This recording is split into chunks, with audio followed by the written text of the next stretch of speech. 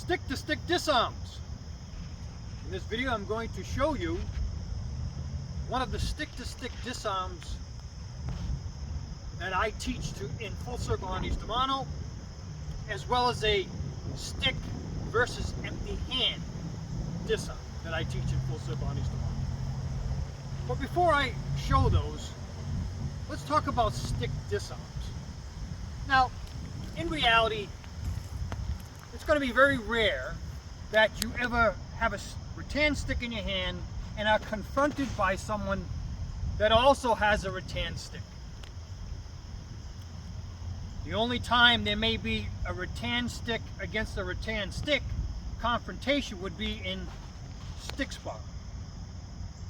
But this is not stick sparring. This is the reality of the street. Now, it is commonly taught as an angle 2, and this is what we're going to focus on in this video, an angle 2 disarm. It is commonly taught that when your opponent comes with an angle 2 disarm, you would use what is called a brace block or a reinforced block. Place the back of the hand on the back of their hand, bring it down, around, catch it. Now, when I'm teaching this disarm, I like to strike once I'm on the inside because I have to worry always about the secondary weapon, which in this case is his empty hand, but it could be a blade.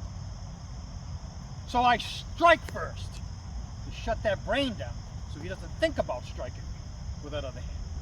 Strike first, I can strike that elbow, break that elbow or hyperextend the elbow.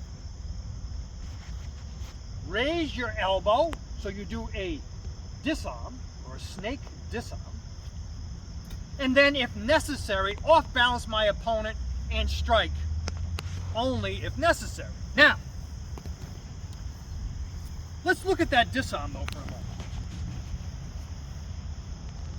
No one is going to, if it does an angle 2, is going to stop.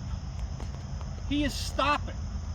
If you practice this way, this is not reality, because no one is going to just stop.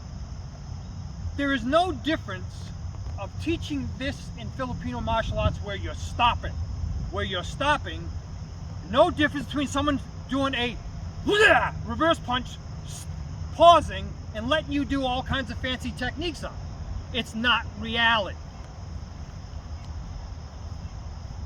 In reality, his angle 2 would be either retracted, so if he retracts and hits me with an angle 2, I can't disarm that. If he uses a full power backhand strike and I try to block it, full power, it goes right through it. That's reality. So, don't expect or don't practice what is not reality. Spend your time practicing what is functional.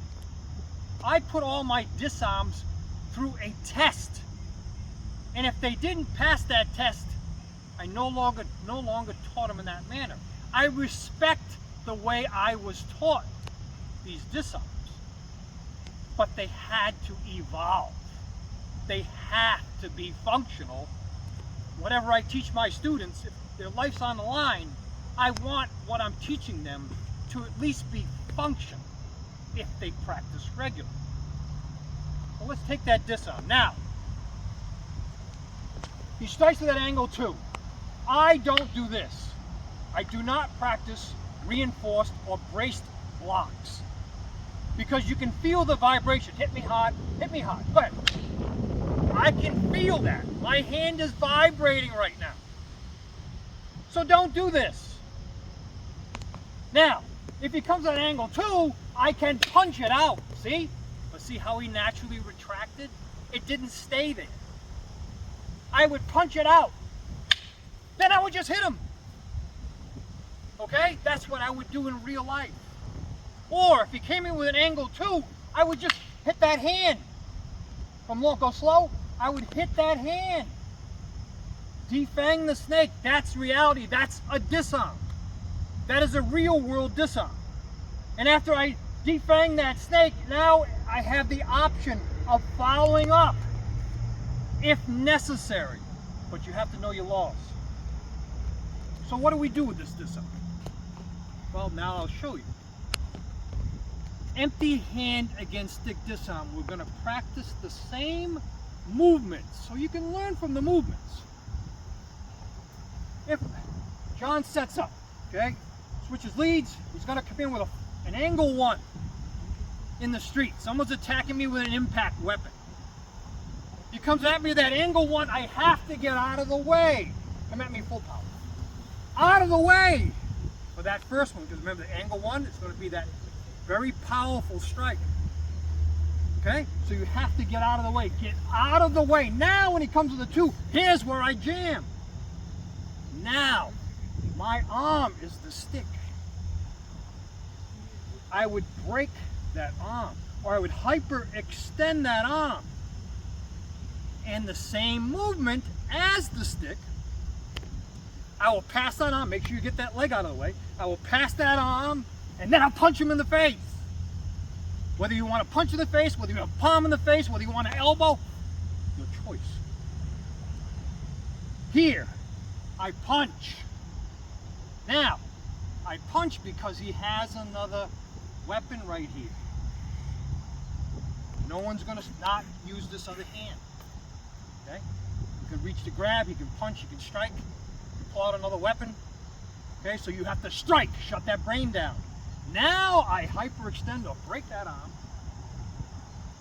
and I can either clear and toss that weapon, or I can take the weapon myself as I snake. Now I'm set up in position. Use your forearm, off balance your opponent, and strike if necessary.